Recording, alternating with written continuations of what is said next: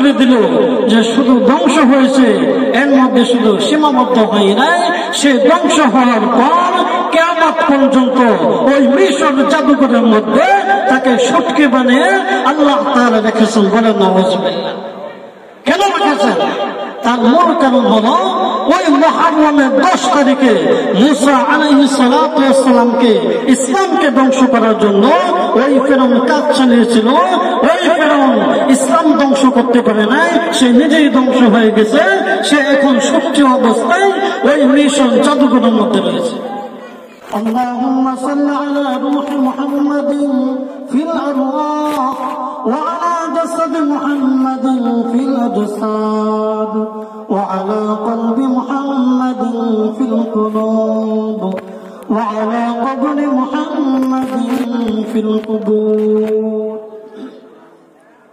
সম্মানিত উপস্থিতি, আমরা প্রত্যেকেই জানি এই মাসটা হলো রক্তমাখা মাস, এবং যে মাসের মধ্যে অনেক ইসলামের যে মূল মূল বিধিবিধান এবং ইসলামের জন্য যে যে জিনিস কুরবান হয়েছে, এর মধ্যে অত্যন্ত গুরুত্বপূর্ণ যে কুরবান এবং ত্যাগ শিক্ষা, তা হলো ইমাম হাসান এবং হুসাইন। বলেন সুবহানাল্লাহ। তো সময় না থাকার কারণে অল্প সময়, ওই কারণে আমি সরাসরি আলোচনার মধ্যে যাইতেছি। আল্লাহ পাক রব্বুল আলামিন বলতেছেন যে ওই মুহররম মাসের 10 তারিখে হযরত মুসা কালিমুল্লাহ যখন ফেরাউনের হাত থেকে মুক্ত হয়েছিল, এবং তার সাথে সাথে ফেরাউন যখন সাগরের মধ্যে হাবুডুবু খাইতেছিল ইসলামকে ধ্বংস করার জন্য, ওই ফেরাউন ওই নীল নদীর সাগরের মধ্যে চুপো দেখে আল্লাহ তাআলার পক্ষ থেকে সে জাহান্নামে চলে গেল। বলেন নাউজুবিল্লাহ। কিন্তু ওই মুসা আলাইহিস সালাতু ওয়াস সালামকে ওই ফেরাউন ধ্বংস করতে পারে নাই। যে ইসলামকে ধ্বংস করার জন্য ওই ফেরাউন চেষ্টা করেছিল, সে নিজেই ওই ইসলামকে ধ্বংস না করে সে সরাসরি নিজে ধ্বংস হয়ে ওই রকম ভাবে রেকর্ড করে দিল যে শুধু ধ্বংস হয়েছে, এর মধ্যে শুধু সীমাবদ্ধ হয় নাই, সে ধ্বংস হওয়ার পর কিয়ামত পর্যন্ত ওই মিশর জাদুঘরের মধ্যে তাকে সুটকে বানিয়ে আল্লাহ তাআলা রেখেছেন। বলেন নাউজুবিল্লাহ। কেন রেখেছেন? তার মূল কারণ হলো ওই মুহররমের 10 তারিখে মুসা আলাইহিস সালাতু ওয়াস সালামকে ইসলামকে ধ্বংস করার জন্য ওই ফেরাউন কাজ চালিয়েছিল। ওই ফেরাউন ইসলাম ধ্বংস করতে পারে নাই, সে নিজেই ধ্বংস হয়ে গেছে। সে এখন সত্যি অবস্থায় ওই মিশর জাদুঘরের মধ্যে রয়েছে।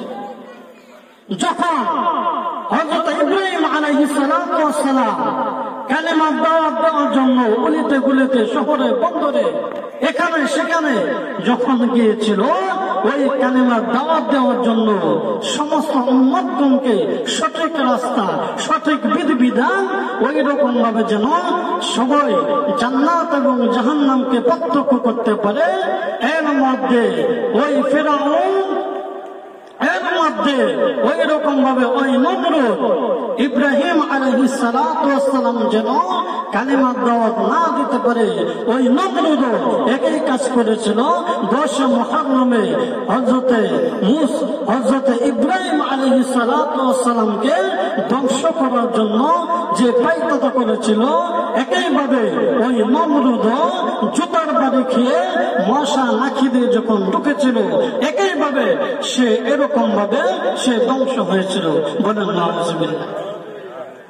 ওই রকম ভাবে পূর্বে যদি আমরা চলে যাই, হযরত আদম আলাইহিস সালাতু ওয়াস সালাম যখন জান্নাত থেকে বাহির হয়ে ওই জমিনের মধ্যে আগমন করেছিলেন, যখন 350 বছর পর আল্লাহ তাআলার কাছে তওবা করল, ওই তওবা করার সাথে সাথে আল্লাহ তাআলা হযরত আদম আলাইহিস সালাতু ওয়াস সালামকে কবুল করেছিলেন। ওই দিনটার নামও ছিল 10 মুহররম। বলেন সুবহানাল্লাহ।